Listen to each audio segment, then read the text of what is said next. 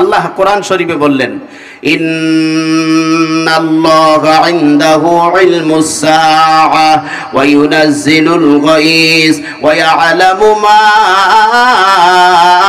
Feel আরহাম ওয়া মা তাদরি নাফসুম মাযা তাকসিবু গাদান ওয়া মা তাদরি নাফসুম বিআইয়ি আরদিন তামুত ইন্নাল্লাহা আলীমুন খাবীর। সকলে বলি আল্লাহু আকবার।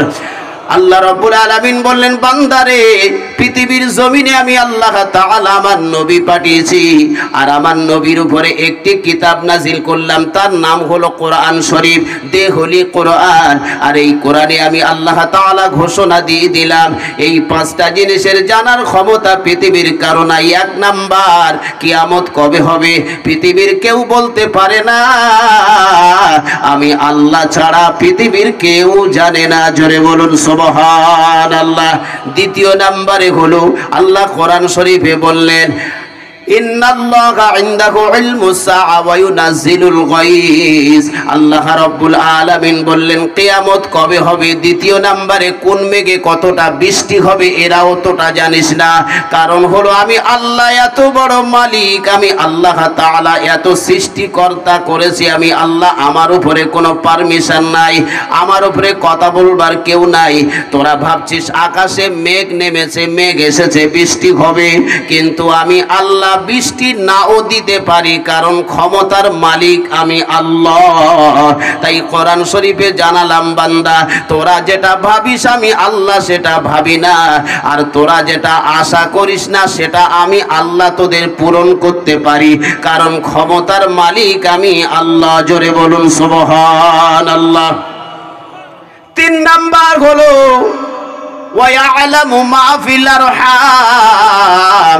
ও বান্দা মনে রেখে দিও, আমি আল্লাহ জানিয়ে দিলাম, মায়ের পেটে সন্তান আসে, ছেলে আসে না মেয়ে আসে, কেউ জানে না, কেউ বলতে পারে না, আমি আল্লাহ জানি, পৃথিবীর কারোর বলার ক্ষমতা নাই।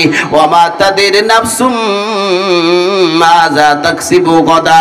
আর তুই দুনিয়ার জমিনে তুই কতদিন বাঁচবি, কতটা ইনকাম করবি, কত টাকার মালিক হবি, ধনী হবি না গরিব হবি, তুই মন্ত্রী হবি না চেয়ারম্যান হবি, তুই নিজে জানিস না। আমি আল্লাহ এই সবগুলো আমার কাছে লিপিবদ্ধ, আমার কাছে সংরক্ষিত রেখে দিয়েছি।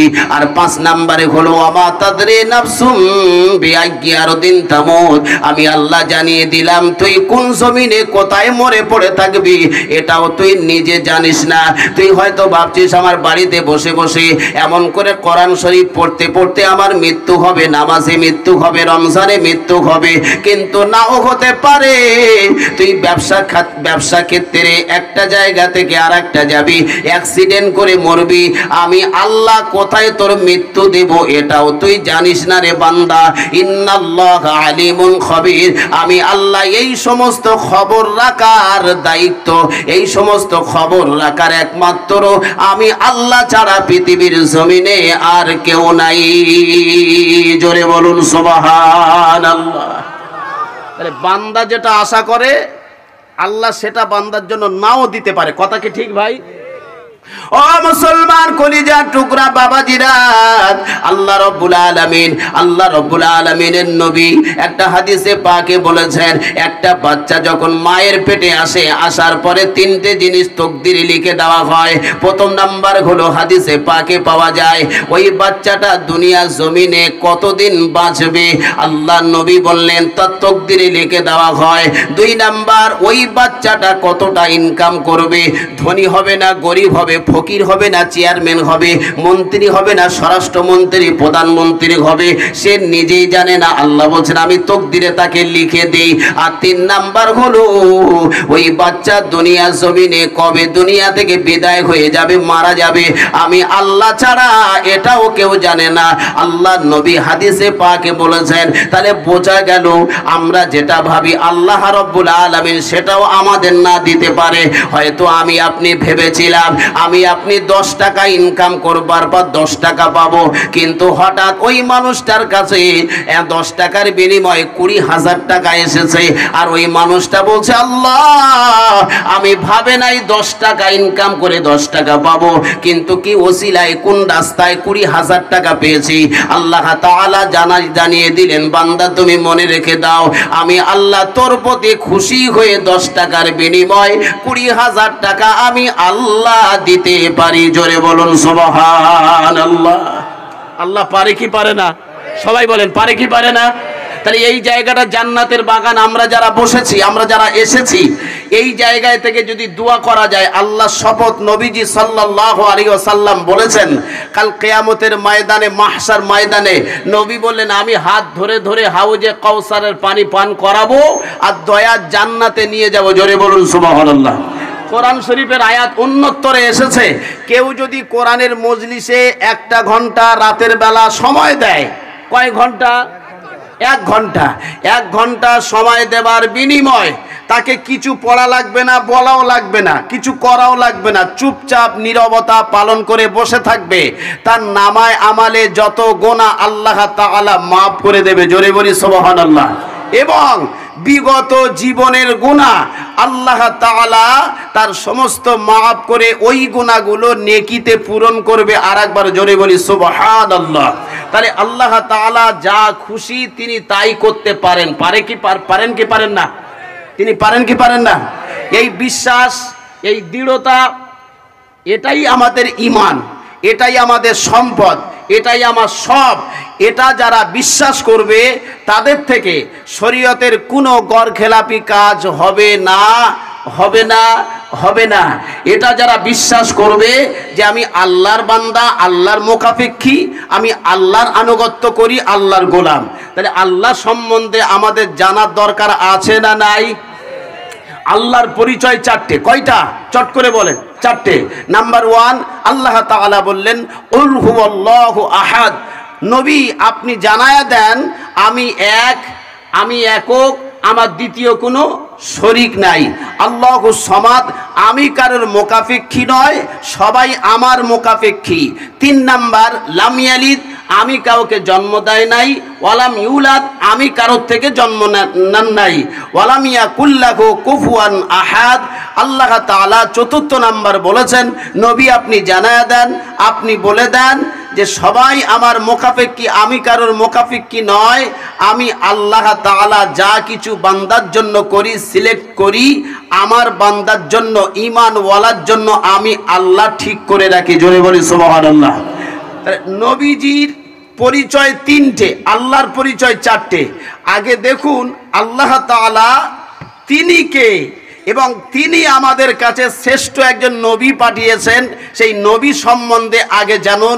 তারপরে কোরআন শরীফের আয়াত দিয়ে সাফা নাম্বার, পারা নাম্বার, রুকু নাম্বার আয়াত নিয়ে কথা বলবো, ইনশাআল্লাহ সমস্যা হবে না। তবে একটু ধৈর্যের পরিচয় দেওয়া লাগবে।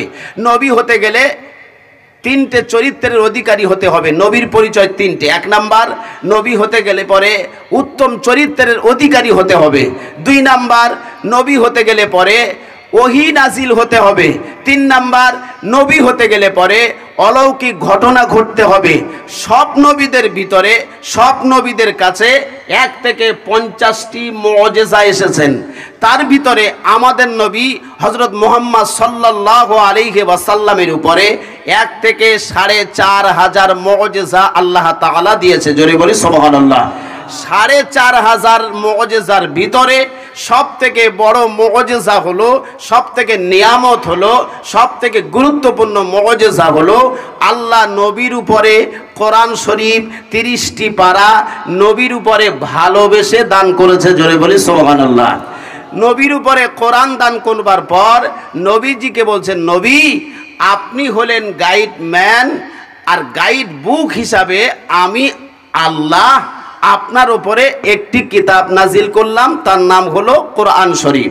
আপনি গাইডম্যান হিসাবে কাজ করবেন, আর গাইড বুক হিসাবে আমার কিতাবটা সামনে দেবেন। আমার কিতাবটা সামনে দিলে সবাই আমার জান্নাতে, ঈমানওয়ালারা জান্নাতে যেতে পারবে। জোরে বলি সুবহানাল্লাহ। তাহলে কোরআন শরীফ হলো গাইড বুক, আর গাইডম্যান হলো হযরত মুহাম্মদ সাল্লাল্লাহু আলাইহি সাল্লাম। এই দুটোকে যারা ধরতে পারবে, এই দুটোকে যারা নিতে পারবে, তারাই জান্নাতে যাবে। আর যত ভালো ওয়াদা, যত ভালো কথা ঈমানওয়ালার জন্য আল্লাহ জানিয়েছেন। কাদের জন্য? সবাই বলেন কাদের জন্য?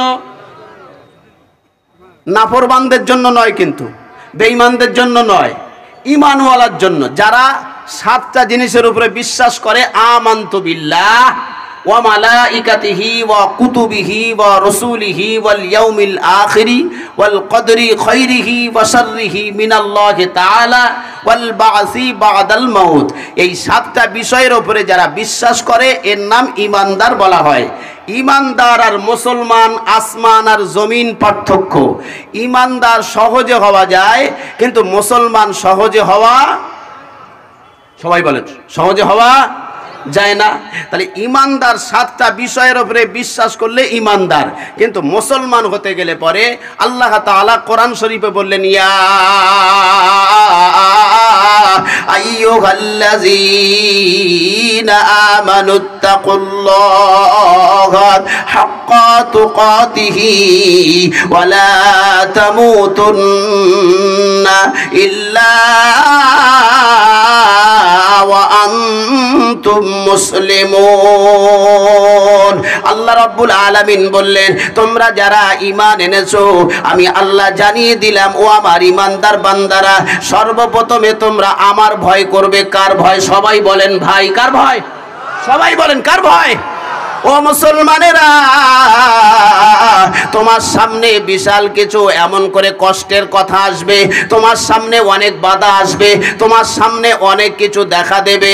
কারণ তুমি যদি আমি আল্লাহ আমাকে ভয় করো, সব বাধা উপেক্ষা করে, সব বাধাকে দূরে সরিয়ে দিয়ে, আমার এমন করে ঘর থেকে আওয়াজ যাবে, হাইয়া আলাস সালাহ, বান্দা নামাজের দিকে আসো, হাইয়া আলাস সালাহ, বান্দা নামাজের জন্য তৈরি হয়ে যাও। সব বাধা উপেক্ষা করে বান্দা, যেহেতু তুমি আমার প্রতি ঈমান এনেছো, আমি আল্লাহ জানালাম, মুসলমান পরিচয় দিতে গেলে পরে আমি আল্লাহ জানালাম, ইয়া আইয়ুহাল্লাযীনা আমানুত্তাকুল্লাহ, আমার ভয় করবে, আমার ভয় করবে। খালি ভয় নয়, হাক্কা তুকাতিহি, আর ভয় করার মতো করবে।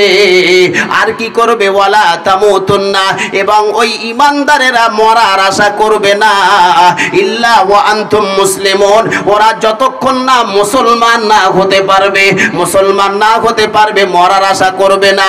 ও জনেরা, যুবকেরা, ও আমার কলিজার টুকরা বাবাজিরা, তাহলে সাতটা বিষয়ের উপরে বিশ্বাস করলে ঈমানদার বলা যায়। কিন্তু ঈমানদার হওয়ার পরে বসে থাকলে, ঈমানদার হওয়ার পরে বসে থাকলে মুসলমান হওয়া যাবে না। ঈমানদার হওয়ার পরে, মুসলমান হতে গেলে পরে আল্লাহর হুকুমকে মানতে হবে, নবীর সুন্নাতকে মানতে হবে। ও কলিজার টুকরা বাবাজি, নবী মুহাম্মদ সাল্লাল্লাহু আলাইহি সাল্লামের উপরে একটি কিতাব এসেছে আল্লাহর পক্ষ থেকে, কোরআন শরীফ। ওই কোরআন শরীফটা আল্লাহর নবী পড়েন। আবু জাহাল বলছে, মুহাম্মদ ওই কোরআনটা বন্ধ করে দে, ও মুহাম্মদ তোর কোরআন আমি শুনতে চাই না, ও তো তুই নিজে বানিয়েছি মুহাম্মদ। আল্লাহ তাআলা নবী আল্লাহর কাছে সাহায্য চাইছে, আল্লাহ আপনার কোরআন পড়ি বাধা দেয়। আল্লাহ নবীকে বললেন, নবী আপনি চিন্তা করিয়েন না, আমি আল্লাহ জানিয়ে দিলাম, ইন কুনতুম ফি রাইবিম মিম্মা নাযালনা আলা আবদিনা ফাতু বিসূরাতিম মিন মিসলি ওয়াদউ শুহাদাআকুম মিন দুনিল্লাহি ইন কুনতুম সাদিকিন। সবাই বলি আল্লাহু আকবার। ও নবী আপনি শুনে নেন, আমি আল্লাহ জানিয়ে দিলাম। বেঈমান হয়তো বলবে কোরআনটা নিজে বানিয়েছো, না না না, আমি আল্লাহ জানিয়ে দিলাম, মুহাম্মদ আপনি আবু জাহালকে বলুন, আবু জাহাল তুই কত বড় বাপের বেটা, মাথা মোটা, কপাল ফাটা, তুই যদি একটা ছোট্ট থেকে ছোট্ট সূরা ফাতু বিসূরাতিম মিন মিসলি বানিয়ে আনতে পারিস, মুহাম্মদ তুমি বলে দাও আমি আমার আল্লাহর কিতাব আর পড়ব না। কে চ্যালেঞ্জ দিল? কাকে দিয়ে দিল? নবীকে দিয়ে। নবী তুমি বলে দাও, নবী তুমি জানায় দাও। আমার কথা কি বুঝতে পারছেন আপনারা? সবাই বলেন, বুঝতে পারছেন আপনারা? ও মুসলমানেরা, জনেরা, যুবকেরা, এই জলসায় আসবেন, তাফসিরুল কোরআন মাহফিলে আসবেন। দুই বন্ধু এসেছেন, এক বন্ধু বলছে ভাল লাগে না, চলে যাই, তাড়াতাড়ি কালকে কাজে যেতে হবে। ও কলিজার টুকরা, যার ভিতরে কোরআনের মহাব্বত থাকবে, আল্লাহর মহাব্বত থাকবে, নবীর ভালোবাসা থাকবে, নবীর ভালোবাসার কারণে, আল্লাহর মহাব্বত থাকার কারণে কোরআন তাফসির মাহফিল ছেড়ে যাবে না। কারণ হলো এই তাফসিরুল মাহফিল করতে গিয়ে 1 মাস সময় দিতে হয়েছে। ও মুসলমানেরা, জনেরা, যুবকেরা, মূল্যবান টাইমটা নষ্ট করতে চাই না রে ভাই। এজন্য বন্ধুকে বলবে, বন্ধু চলে যা, আমি যাব না। বিবি বাড়ি থেকে ফোন করবে, তাড়াতাড়ি চলে এসো, তাড়াতাড়ি চলে এসো, তরকারি ঠান্ডা হয়ে গেল, তাড়াতাড়ি একসঙ্গে খাবো।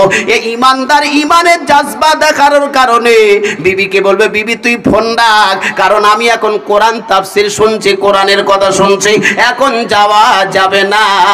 বুঝতে হবে এটাই ইমানদারের পরিচয়। জোরে বলুন সুবহানাল্লাহ। সবাই বলবে চ, কিন্তু যারা ইমানদার বলবে না রে না, সুযোগ এসেছে, কোরআন তাফসির ছেড়ে যাব।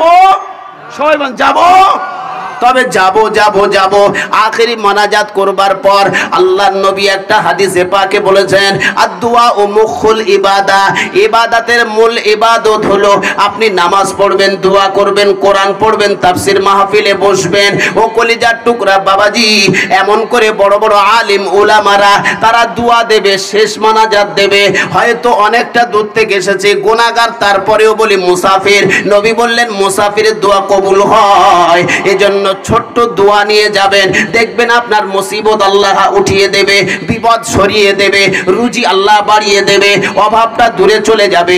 এজন্য ভাই, তাফসিরুল কোরআন মাহফিলের প্রথম নাম্বার পরিচয় কোরআনের সঙ্গে যুক্ত হয়ে যাওয়া, আল্লাহর সঙ্গে জুড়ে যাওয়া, আর ইমানি ব্যাটারিটা চার্জ করিয়ে নেওয়া। ইমানি ব্যাটারি চার্জ হলে কি হবে?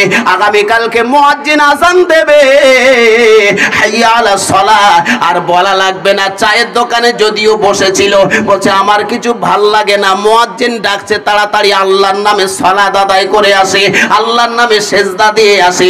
কারণ গত রাত্রে তাফসিরুল কোরআন মাহফিলে কোরআনের কথা শুনেছি, আর আমার ইমানের ব্যাটারিটা চার্জ হয়ে গিয়েছে। চার্জ হয়ে যাবার কারণে সাধারণত বললে বুঝবেন রে ভাই, এমন করে টোটো গাড়িওয়ালা দেখবেন ব্যাটারিতে চার্জ দেয় কি দেয় না? কথা বলেন ভাই, দেয়? আছে আপনাদের? ও মুসলমানেরা, জনেরা, যারা টোটো গাড়ি চালায়, সারাটা দিন চালালো, এমন করে রাতে বসিয়ে দিল, ব্যাটারি চার্জ হয়ে গেল। ওই ব্যাটারি চার্জ হয়ে যাবার পরে সারাটা দিন আবার খাটাখাটনি করলো, সমস্যা হবে না? তদ্রূপ কোরআনের মাহফিলে বসলে আপনার ইমানের ব্যাটারি চার্জ হবে।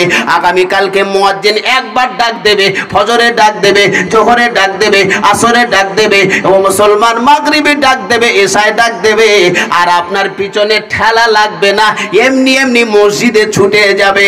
আর বান্দা যখন আল্লাহর সঙ্গে জুড়ে যাবে, আল্লাহ বললেন, বান্দা তোর রুজির অভাব হবে না।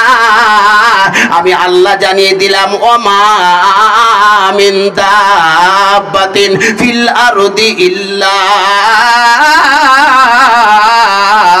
আলাল্লাহি রিজকুহা। আমি আল্লাহ তোর রুজি 1 গুণ ছিল, তোর জন্য 100 গুণ বাড়িয়ে দিলাম। জোরে বলুন সুবহানাল্লাহ। এটা জোরে বলা যাবে না? সুবহানাল্লাহ। এটা জোরে সরে তাকবীর দেবেন, নারায়ে তাকবীর। জোরে দেবেন নারায়ে তাকবীর। আমার কথা বোঝা যাচ্ছে না ভাই? তাহলে ইমানের ব্যাটারি 1 ঘন্টা চার্জ দেব, দেখবেন, এটাকে পরীক্ষা করবেন। কোরআন শুনলে কি হয়? ইমানদারের ভিতরে শান্তি আসে। কি আসে? শান্তি আসে। কোথায় লেখা আছে? কোরআন শরীফ সূরা আনফাল পারা নম্বর 9। আল্লাহ বলেন, ইন্নামাল মুমিনুনা আল্লাযীনা ইযা যুকিরাল্লাহু ওয়াজিলাত কুলুবুহুম। ও জনেরা, যুবকেরা, ও আমার বন্ধুরা, ও আমার মা বোনেরা, হয়তো অনেকেই মা বোনেরা ভাবছেন খালি যুবকদের জন্য, মুরব্বীদের জন্য, ছেলেদের জন্য। না না, সবাইয়ের জন্য, ইমানদার নরনারীর জন্য, ইমানদার বেটা ছেলে মেয়ে ছেলের জন্য ওয়াজ এ খালি ওয়াজ বেটা ছেলের জন্য নয় রে মা বোনেরা।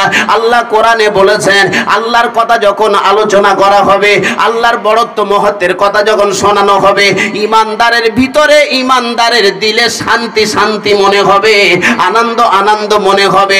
যতই বন্ধু ডাকুক আর বিবি ডাকুক ভালো লাগবে না, খালি মনে হবে হুজুর আর একটু কোরআনের আয়াত বলো, আর একটু কোরআনের আয়াত শোনাও, ভালো লাগছে ভালো লাগছে, দিলে শান্তি মনে হচ্ছে। ও মুসলমানেরা, কলিজার টুকরা বাবাজি, তাহলে ইমানদারের প্রথম নাম্বার পরিচয় আল্লাহর কথা শুনবার পরে দিলে শান্তি মনে হবে। 2 নম্বরে আয়াতুহু যাদাতুহুম ঈমানা। আল্লাহর কোরআন শরীফের আয়াত তেলাওয়াত করবার পরে ইমানদারের ঈমানটা বেড়ে যাবে। ও মুসলমান, ঈমান কিন্তু সবাইয়ের একরকম নয়। কারো 10%, কারো 40%, কারো 90%। যার 10% ঈমান, ও মুসলমান, জলসা শুনে বাড়িতে যাবে, ওই প্রতিমধ্যে 3 মাথায় একজন দেখা হবে যুবক, চুরি করা টাকা 1 লক্ষ টাকা নিয়ে দাঁড়িয়ে থাকবে। মুরব্বী কোথায় গিয়েছিলে? মুরব্বী বলছে, আর বাবা বলিস না, জলসায় গিয়েছিলাম, কোরআন শুনে এসে যে খুব ভালো লাগছিল, কিন্তু তবে একটা কথা। মুরব্বীকে বলছে, মুরব্বী একটা কথা বলি, আপনার তো খুবই অভাব, চলে না সংসার, এই নেন 1 লক্ষ টাকা দিচ্ছি, আপনি নিয়ে চলে যান। ওই মুরব্বিটা বলবে, হায় রে হায়, কোথায় ছিলি রে বাপ, তাড়াতাড়ি আয়, আমার কোলে আয়, মাথা ভালো করে ডলে দেই। কারণ হলো 10% ঈমান। কয় পার্সেন্ট? ও মুসলমানেরা, জনেরা, ও যুবকেরা, ও ওই মুরব্বিটা বলবে, বাপ কোথায় ছিলে তুই, আমার কোলে আয়, আমার কোলে আয়, আমি মাথাটা আদর করে ডলে দেই। আর একটা মুরব্বি পিছনে যাচ্ছিল, আর একটা 3 মাথায় দেখা হলো, 2 লক্ষ টাকার বান্ডিল নিয়ে দাঁড়িয়ে আছে। মুরব্বিকে ডাকছে, মুরব্বি এদিকে আসেন, শুনেছি আপনার সংসারে অভাব, খাওয়া হয় না, অনেক কটা মেয়ে বিয়ে দিতে পারেন না, এই নেন 2 লক্ষ টাকা, কিন্তু ঈমান তার 80%। ওই মুরব্বি বলবে, বাবা, ও বাবা, টাকাটা কোথাকার টাকা, কে দিল, সুদের টাকা না চুরির টাকা, হারামের টাকা না হালালের টাকা? তবে হারামের টাকা হলে নেব না, যদিও না খেয়ে থাকবো, কিন্তু তোর টাকা দরকার হবে না, কারণ আমি আল্লাহকে ভয় পাই, আমি আল্লাহকে ভয় পাই। আমার ইমানের ব্যাটারি চার্জ করে এসেছে, আমার দ্বারায় নেওয়া সম্ভব হবে না। কলিজার টুকরা বাবাজি, কলিজার টুকরা বন্ধুরা, এর দ্বারাই বোঝা গেল এক শ্রেণীর মানুষ আছে, ও জলসায় বসবে, কোরআন তাফসীর মাহফিলে শুনবে, নামাজও পড়বে, দান করবে, খায়রাত করবে, আবার হারামের মাল লপ লপ করে খাবে। আছে না নাই? কথা বলেন ভাই। সব করবে, তারপরেও হারাম ঢোকাবে। মানে বুঝতে হবে মুসলমান নামের কলঙ্ক কপাল ফেটেছে। কথা ঠিক কিনা? আল্লাহু আকবার। আপনারা তো অনেক ভাগ্যবান, অনেক সৌভাগ্যশীল। আপনারা এমন একটা দেশে বাস করেন, 97% না কত মুসলমান, কত 92% মুসলমান, আলহামদুলিল্লাহ। কিন্তু আমরা এমন একটা দেশে বাস করি, আমাদের মুসলমান সংখ্যা অনেক কম, অনেক কম। তারপরেও সঠিক কথাটা বলতে ভয় পাই না, কিন্তু এখানে বললে অসুবিধা আছে। আছে না নাই? কথা বলেন, আছে না নাই? ও মুসলমানেরা, তাহলে বুঝতে হবে রে ভাই, ব্যাপারটা হলো সব কথা বলা যাবে না। যারা যারা এমন করে নামাজ পড়ে, কোরআন পড়ে, শরীয়তের কথা বলে, বড় বড় মাসলা দেয়, তারা আবার হারামটা সামনে আসলে ছাড়তে চায় না।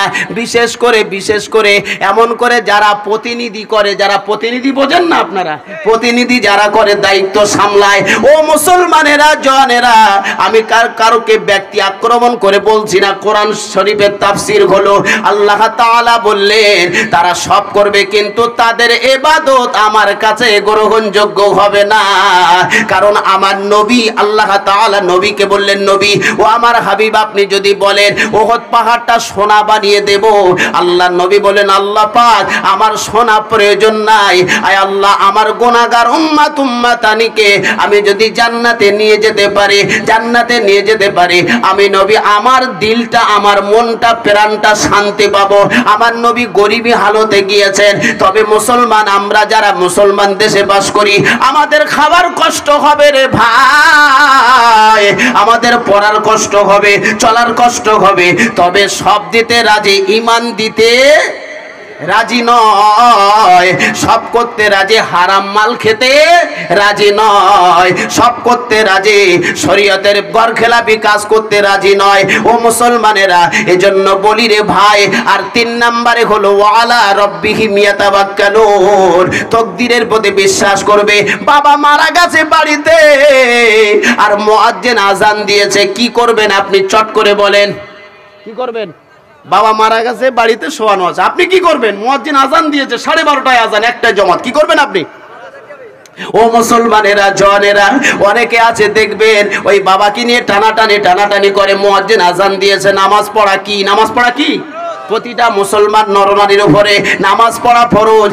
যাদের ইমানের ব্যাটারি চার্জ হয়েছে জায়গায় বসে, তারা বলবে বাবাকে তাড়াতাড়ি শুইয়ে দিলাম, আর আমি তো জীবিত, আমার উপরে নামাজ পড়া ফরজ ফরজ ফরজ। খালি ফরজ নয় রে ভাই, একবার বললে হয়, একবার জানালে হয়। আমার আল্লাহ বলতে বলতে বলতে বলতে 82 জায়গায় বলেছেন, বান্দা নামাজ কায়েম কর, নামাজ পড়, সালাত কায়েম কর, সালাত পড়, সালাত আদায় কর, সালাত পর। ও বান্দা, নামাজ ছাড়া গতি নাই। ইবাদতের মূল ইবাদত হলো নামাজ। এই নামাজ দিয়ে আমি আল্লাহ আমার সঙ্গে সাক্ষাৎ লাভ করবি, এই নামাজ দিয়ে জান্নাতে যেতে পারবে, এই নামাজ দিয়ে শরীয়তের গরখেলাপি থেকে বাঁচতে পারবে, এই নামাজ থেকে হারাম থেকে বাঁচতে পারবে, এই নামাজ দিয়ে শরীয়তের যত রকমের অবৈধ আছে সব থেকে বাঁচতে পারবে। যদি নামাজটা নামাজের মতো পড়িস রে বান্দা, আমি আল্লাহ জানিয়ে দিলাম, নামাজ পড়লে আর আমার নামে সেজদা দিলে আমি আল্লাহ তোকে পুত পবিত্র বানিয়ে দেব। জোরে বলুন সুবহানাল্লাহ।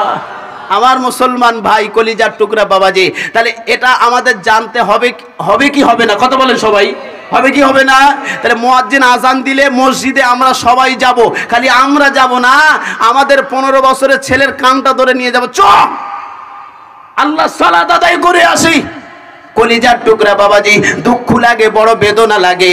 এই বাংলাদেশ ইন্টারনেটের দিক দিয়ে ফার্স্ট, বাটপাড়ির দিক দিয়েও ফার্স্ট। বাংলাদেশ, তার নাম বাংলাদেশ। দুঃখ পান না যেন, বলে ফেলছি হয়তো যে দেশে এসেছি সেই দেশের বদনাম না।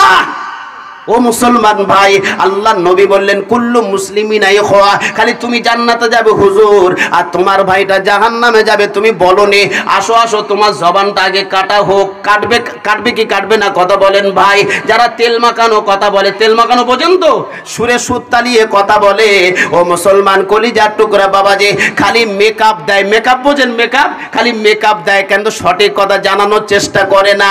এজন্য ভাই, আপনি যদি আল্লাহর রাস্তা থেকে দূরে সরে যান, আমার দায়িত্ব বলবার, যেহেতু আল্লাহ কোরআনে বলেছেন ওয়ামান আহসানু কওলাম মিম্মান দাআ ইলাল্লাহ।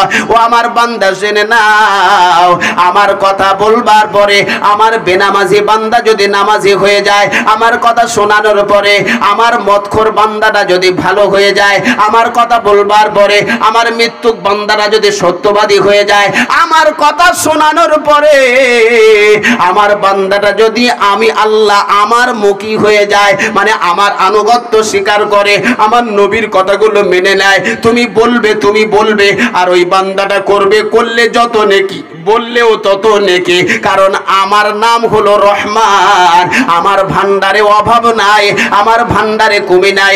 আমি আল্লাহ তোর নামায় আমালে কোটি কোটি গুণে নেকি দেব। জোরে বলুন সুবহানাল্লাহ। তাহলে আমাদের বলতে হবে, সবাইয়ের দায়িত্ব। আলেম বলবে, আপনি বলবেন না, সম্ভব নয়। আপনিও আপনার ভাইকে বলবেন, আপনি আপনার ছেলেকে বলবেন, আপনি আপনার বিবিকে বলবেন। এটার নাম ইসলাম, এটার নাম শরীয়ত। খালি হুজুররা বলবে, বছরে একবার শুনবো, আবার ভুলে যাব, আবার বলবে, আবার ভুলে যাব, এটা নয় রে ভাই। যতদিন বাঁচবেন, আপনার বিবি, ছেলে, মেয়ে, মা বাপ, আত্মীয় স্বজন, একজন নেতা, তার কোলে 100 লোক কাজ করে, তারও বলার দায়িত্ব আছে না নাই? আছে না নাই? বললেই তো নেকি। এজন্য আমরা সবাইকে বলবো ইনশাআল্লাহ। সবাই বলেন, বলবো ইনশাআল্লাহ। নূরে মুহাম্মদ রাসূলে আরবি আমিনার দুলাল, জিবরাইল আসে তো চিরকাল। নূরে মুহাম্মদ রাসূলে আরবি আমিনার দুলাল, জিবরাইল আসে তো চিরকাল। লাম থেকে হয় লা ইলাহা, আলিফ থেকে হয় ইল্লাল্লাহ, আর মিম থেকে হয় নামে মুহাম্মদ যিনি রাসূলুল্লাহ। আল্লাহু আকবার বলা যাবে না? জোরে বলবেন আল্লাহু আকবার। নূরে মুহাম্মদ রাসূলে আরবি আমিনার দুলাল, জিবরাইল আসে তো চিরকাল। শহীদে আজম ইমাম হুসাইন মা ফাতেমার দুলাল, আর তারি নামটি স্মরণ করব আমরা চিরকাল। নূরে মুহাম্মদ রাসূলে আরবি আমিনার দুলাল, জিবরাইল আসে তো চিরকাল। নবী না হলে তৈরি হতো না এ বিশ্ব জাহান, আর এই কথাটি পবিত্র হাদিসে রয়েছে প্রমাণ। নূরে মুহাম্মদ রাসূলে আরবি আমিনার দুলাল, জিবরাইল আসে তো চিরকাল। আল্লাহুম্মা সাল্লি আলা ওয়া আলা আলি সাইয়্যিদিনা মাওলানা মুহাম্মদ সাল্লাল্লাহু আলাইহি ওয়াসাল্লাম। তাহলে আমাদের মূল টার্গেট হলো আল্লাহ, আল্লাহর রাসূলকে আনুগত্য করতে হবে। হবে কি হবে না? পৃথিবীর যে প্রান্তে যান, ঘাটে যান, মাঠে যান, বাজারে যান, হাটে যান, মাদ্রাসায় যান, মসজিদে যান, খানকায় যান, মক্তবে যান, সব জায়গায় সব জায়গায় সব জায়গায় আনুগত্য হবে কার? আল্লাহ, আল্লাহর রাসূলের। কার? আল্লাহ, আল্লাহর রাসূলের।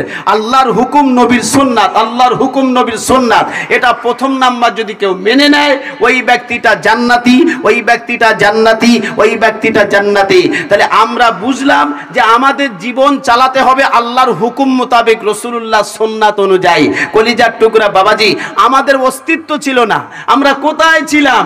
এত বাহাদুরি, এত কিছু, বন্দুকের ভয়, টাকার ভয়, ক্ষমতার ভয়, অর্থের ভয়, গরিবের প্রতি, মুসলিমের প্রতি অত্যাচার, জুলুম। বর্তমান সময় কিছু কিছু পয়সাওয়ালা করে কি করে না? কথা বলে না। পয়সাওয়ালা মানে বুঝেলেন কারা, বেশি বলতে চাই। করে কি করে না? জোর করে পার্টি অফিসের সামনে হোক, মোড় মাথায় হোক, পিটে দেয়, মেরে দেয়। দেয় কি দেয় না? আসলেই মুসলমান নামের কলঙ্ক মুসলমানই নয়। কথা বুঝে আসেনি ভাই? কোরআন শরীফের আয়াত আল্লাহ তাআলা বললেন, আল্লাহ তাআলা জানালেন, কোরআন শরীফের পারা নম্বর হলো 18, সূরার নাম সূরা মুমিনুন, আয়াত নম্বর 12, 13, 14। আল্লাহ বলেন, ওয়ালাকাদ খলাকনাল ইনসানা মিন সুলালাতিন মিন তিন। বান্দা, তুমি কিসের বাহাদুরি করো? আমি আল্লাহ তাআলা তোমাকে মাটির নির্জর্ষ থেকে আমি আল্লাহ বানিয়েছি। সুম্মা জাআলনাহু নুতফাতান ফি করারিম মাকিন। এবং বাপ আর মায়ের মিলনে, বাপ আর মায়ের মিলনে সীমিত থেকে সীমিত, ক্ষুদ্র থেকে ক্ষুদ্র, অল্প থেকে অল্প, একটু একটু একটু বীর্য বা একটু নাপাক পানিটাকে আমি আল্লাহ তাআলা বাপ আর মায়ের মিলনে, মায়ের রেহেমে, ডিম্বাণু থেকে আমি আল্লাহ তাকে সুরক্ষিত রেখেছি 40 দিন। কয়দিন? 40 দিন। তারপরের আয়াত 14 নম্বর আয়াত, সুম্মা খলাকনান নুতফাতা আলাকাতান ফাখলাকনাল আলাকাতা মুদগাতান ফাখলাকনাল মুদগাতা ইযামা ফাকাসাওনাল ইযামা লাহমা সুম্মা আনশানাহু খালকান আখার ফাতাবারাকাল্লাহু আহসানুল খালিকিন। কোরআন শরীফের পারা পারা নাম্বার হলো 18, সূরার নাম সূরা মুমিনুন, আয়াত নম্বর 14। আল্লাহ রাব্বুল আলামিন বললেন, বান্দা ওই এমন করে নাপাক জিনিসটাকে আমি আল্লাহ মায়ের রেহেম অন্ধকারের জগতে 40 দিন আবদ্ধ করে রেখেছে। যেহেতু ওই জিনিসটার ভিতরে দুনিয়ার কোনো নোংরা যাবে না, দুনিয়ার কোনো কেঁচড়া যাবে না, আমি আল্লাহ এত বড় কারিগর। আমি আল্লাহ 40 দিন কেটে যাওয়ার পরে ওই জিনিসটাকে নিয়ে আমি আল্লাহ রক্তে জমাটে পরিণত করলাম। তার 40 দিন যাবার পর আমি আল্লাহ ওই রক্ত জমাটটাকে মাংস পিণ্ড করলাম, মাংস বানালাম, গোশত বানালাম। আর তার 40 দিন কেটে যাওয়ার পর আমি আল্লাহ গোশতের ভিতরে হাড় গজিয়ে দিয়ে সুন্দর একটা চামড়া লাগিয়ে দিলাম। আমি আল্লাহ মানুষ রূপে একটা আকৃতি আমি আল্লাহ বানিয়ে দিলাম। আমি আল্লাহ এত বড় মহান ক্ষমতার অধিকারী। ও বান্দা তুমি এত বাহাদুরি করো, ও বান্দা গরিবের প্রতি মুসলিমের প্রতি এত জুলুম করো, ও বান্দা গরিবকে এত এমন করে কষ্ট দাও, অত্যাচার করো। না না, আমি আল্লাহ ইচ্ছা করলে 1 সেকেন্ডে তোমার ক্ষমতাটাকে আমি আল্লাহ নিচেই নামিয়ে দিতে পারি, তোমার ক্ষমতাটাকে আমি আল্লাহ বিদায় দিতে পারি। কারণ তুমি ছিলে বিশাল মহান একজন ব্যক্তি। আমি আল্লাহ ইচ্ছা করলে 1 সেকেন্ডে তোমার ক্ষমতাটাকে কেড়ে নিয়ে তোমাকে ফকিরের জায়গায় বসাতে পারি। অতএব কেউ কাউকে গরম দিও না রে বান্দা, কেউ কাউকে কষ্ট দিও না রে বান্দা, কেউ কাউকে অবহেলা করো না রে বান্দা, আমার মজলুম বান্দাকে অত্যাচার করো না। ও বান্দা মনে রেখে দাও, আমি আল্লাহ আমার কাছে সবাই সমান, তবে আমার কাছে মর্যাদা পাবে ওই ব্যক্তি যাদের ঈমানটা থাকবে বেশি, যাদের ঈমান বেশি থাকবে। আমি আল্লাহ ওর সম্মান পৃথিবীর সব জায়গায় আমি আল্লাহ দিয়ে রাখি, কারণ আমি আল্লাহ হলাম মহান। জোরে বলুন সুবহানাল্লাহ। পৃথিবীর জমিনে কমপ্লিট আসার পর আল্লাহ তাআলা বান্দার কাছে একজন সম্মানীয় কিরামান কাতিবিনা ইয়ালামুনা মা তাফআলুন লেখক বৃন্দ আল্লাহ তাআলা তার কাছে দিয়ে দেয়। ইয়ালামুনা মা তাফআলুন, তোমরা যা করো ফারিস্তারা সব লেখে। খারাপ করলে খারাপ লেখে, ভালো করলে ভালো লেখে।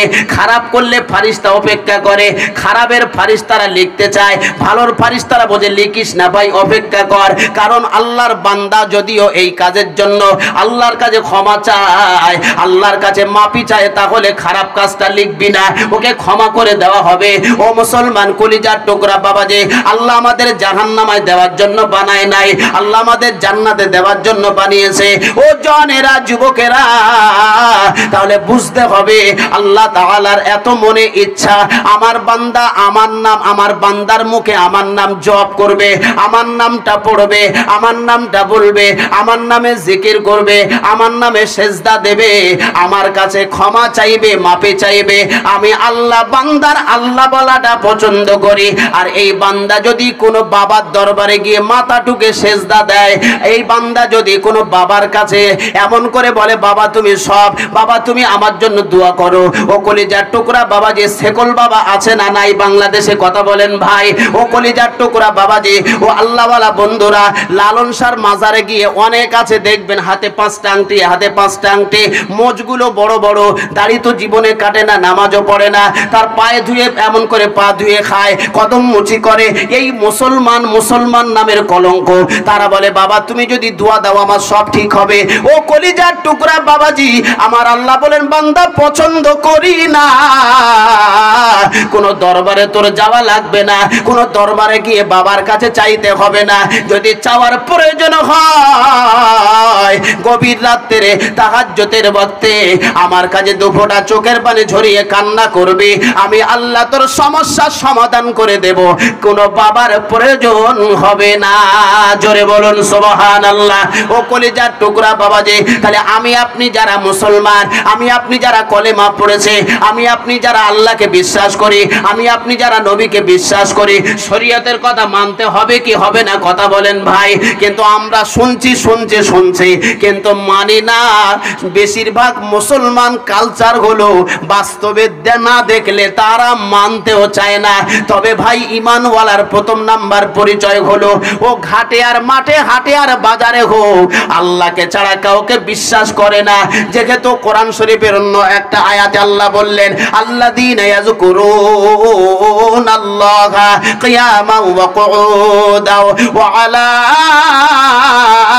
জুনুবিহিম ওয়া ইয়াতাফাক্কারুনা ফি খালকিস সামাওয়াতি ওয়াল আরদ। আমার বান্দা যারা হবে, আমার বান্দা বাজারে গেছে কেন আমার ভয় করবে?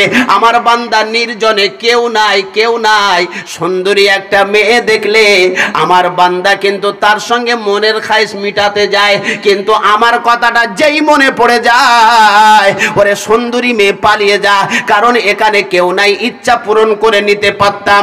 কিন্তু আমি তো ভয় করি একজন, আর তিনি কে? তিনি কে? সবাই বলেন ভাই, তিনি কে? আল্লাযীনা ইয়াযকুরুনাল্লাহা কিয়ামাও, কিয়ামাও মানে দাঁড়ানো অবস্থায় বান্দা ভয় করবে আমি আল্লাহ, আমার পৃথিবীর কোন নেতা নেত্রী নয়। কথা বুঝে আসলো ভাই? কথা বুঝে আসলো? কার ভয় করবে? আল্লাহর। কেউ নাই, বিশাল সুন্দরী, বাংলাদেশের টপ রাঙ্কের সুন্দরী মেয়ে এসেছে, যদি পারি ইচ্ছা করে মনের খায়েশ মিটাতে পারি, কিন্তু আল্লাহকে মানি, আল্লাহকে ভয় করি, তাই দাঁড়ানো অবস্থায় আল্লাহরও ভয় করা লাগবে। ওই জায়গায় যদি ওই মেয়েটাকে ছেড়ে আল্লাহর ভয় করে যদি পিছিয়ে আসে, জিহাদের সওয়াব হবে। কিসের সওয়াব হবে? জিহাদের সওয়াব। ও মুসলমানেরা, কলিজার টুকরা বাবাজি, খালি ঈমানওয়ালার পার্থক্য, বেঈমানের সঙ্গে নাফরমানের সঙ্গে ঈমানদারের পার্থক্য হলো আসমান আর জমিন, আসমান আর জমিন। এজন্য আল্লাহ বললেন, বান্দা আমার ঈমানদার যখন রাস্তা দিয়ে হেঁটে যাবে, এমন করে নিজের হালাল বিবি ছাড়া অন্য মেয়ের দিকে তাকাবে না। আর কিছু অংশ দেখলে দেখা যায় আপনার বাংলাদেশে বেশিরভাগ সব বিদেশে থাকে। কথা ঠিক বললাম না ভুল বললাম ভাই? থাকে না? এই বিশেষ করে মেয়েদের যারা দেওর হয়, দেওর না কি বলে, দেওর বলে তো, দেওরদের দিকে কিন্তু খুব সাবধানে থাকবেন। টিস্যু আছে? দেওরদের দিকে আমার মা বোনেরা সাবধানে থাকবেন। দেওরের সঙ্গে কথা বলা কঠিন, কঠিন, কঠিন। হারাম বলছি না, কিন্তু কঠিন অপরাধ। কারণ দেওর আজকে যাবে, ভাবি কেমন আছো? ভালো আছি আলহামদুলিল্লাহ। দাদা ভাই ফোন টোন দিয়েছিল নাকি? না, ফোন টোন দেয়নি। ও আচ্ছা আচ্ছা আচ্ছা, এই সেই অনেক ঝামেলা, অনেক কিছু গল্প গুজব করে চলে এসেছে। পরে দুদিন পরে, ভাবি ভালো আছেন নাকি, কেমন আছেন, কি আপা ভালো আছেন নাকি, কেমন আছেন, গল্প করতে করতে শয়তান একজন মাঝখানে জুড়ে যায়, শয়তান একজন তৈরি হয়ে যায়। ভাবিরও ফিলিংস অন্যদিকে যায়, দেওরেরও চিন্তা ভাবনা মস্তিষ্কেও অন্যদিকে চলে যায়। আস্তে আস্তে দুজন চমকের মতো জমে যায়। এজন্য মহিলাদের জন্য, যাদের স্বামী বিদেশে থাকে, ওই দেওরের সঙ্গে কথা বলা হয়তো হারাম না, কিন্তু এই সময়ের জন্য হারাম। কিন্তু আপনার বাংলাদেশে, আপনার দেশে বেশিরভাগ বেশিরভাগ বেশিরভাগ প্রেম প্রীতি চলে। চলে কি চলে না? রাত 10টা 11টা বাজলে ভাবিও হোয়াটসঅ্যাপে, মেসেঞ্জারে, ফেসবুকে, হোয়াটসঅ্যাপে, মেসেঞ্জারে, ইমোতে ভিডিও কলে চালাচ্ছে, দেওরও ওদিকে শুয়ে শুয়ে হোয়াটসঅ্যাপে, মেসেঞ্জারে, ইমোতে চালাচ্ছে। চালাতে চালাতে দেখা গেল 6 মাস পরে দেওর ভাবিকে নিয়ে ভেগে গেছে। আছে না? এই ধরনের খবর আপনার বাংলাদেশে বেশি চলে। এজন্য ভাই খবরদার, ওই ধরনের নীতি নৈতিকতা নিয়ে যেসব দেওর বাড়িতে ঢুকবে, ঝাঁটার বাড়ি মেরে বার করবে, ঝাঁটার বাড়ি। সমাজ যদি শুধরাতে চান, বিশেষ করে মহিলাদের দিয়ে তো আগে সমাজটা নষ্ট হয়। হয় কি হয় না ভাই? মেয়েদের জন্য 4 জন পুরুষ জাহান্নামায় যাবে। কোথায় যাবে? সবাই বলেন। 4 জন পুরুষ জাহান্নামায় যাবে। নাম্বার 1 ওই মেয়ের বাবা, নাম্বার 2 ওই মেয়ের বড় ভাই, নাম্বার 3 ওই মেয়ের স্বামী, চতুর্থ নাম্বার ওই মেয়ের বড় ছেলে। যদি ওই মেয়েটা পর্দায় না থাকে, ওই মেয়েটা আদবের সঙ্গে না থাকে, তাহলে ওই মেয়েটার কারণে 4 জন জাহান্নামে যাবে। আল্লাহর রাসূল বলেছেন, আদ-দাইয়িসু লা ইয়াদখুলুল জান্নাহ, জান্নাতে যাবে না। তবে বিনয়ের সঙ্গে বলছি রে ভাই, নারী জাতিকে আমাদের থেকে হেফাজত করতে হবে। আর আমার আপনার মা বোনেরা দেখবেন দুটো স্বভাবের কারণে ওরা জাহান্নামায় যাবে। নবীজি সাল্লাল্লাহু আলাইহি ওয়াসাল্লাম বলেছেন যে আমি জাহান্নামার ভিতরে দেখেছি বেশিরভাগ মহিলারা তারা অবস্থান করছে জাহান্নামায়। একজন সাহাবী জিজ্ঞেস করছেন, ইয়া রাসূলুল্লাহ, কি কারণে? নবী বললেন যে ওই ধরনের মেয়েরা বেশি জাহান্নামায় যাবে যারা স্বামীর বদনাম করে বেড়ায়। আছে না নাই? 10 বছর দামি চুড়ি, দামি শাড়ি, দামি খাবার, ভালো বেড়ানো, ভালো রেস্টুরেন্টে নিয়ে খেতে যাওয়া, সব করলেন আলহামদুলিল্লাহ। নিজে কমা দামি পোশাক পরে স্ত্রীকে দামি পোশাক পরানোর পরে দেখলে দেখা যায় একটা কথা আপনি স্ত্রীকে শোনেননি। ও বলে তোমার সঙ্গে এসে তুমি আমাকে এনে আমার জীবনটা বরবাদ করে দিয়েছো, এই ধরনের কথা বলে কি বলে না? মানে নাশুকরি করে কি করে না? আল্লাহর রসুল বললেন ওই মেয়েটা জাহান্নামায় যাবে, ওই মেয়েটা জাহান্নামায় যাবে, ওই মেয়েটা জাহান্নামায় যাবে। এজন্য ভাই গুনার কারণ হলো একটাই, মেয়েদের যদি হেফাজত না করতে পারেন, প্রেম প্রীতি ভালোবাসা বেশিরভাগ নষ্ট হচ্ছে আমাদের যুবক সমাজের। এজন্য যুবক সমাজকে সচেতন করতে চাইলে, করার প্রয়োজন মনে করলে এই ধরনের ছেলেদেরকে আপনার বাড়িতে ঢোকা নিষিদ্ধ করতে হবে। এজন্য ভাই আমাকে আপনাকে সচেতন থাকতে হবে, খালি নিজে জান্নাতে যাব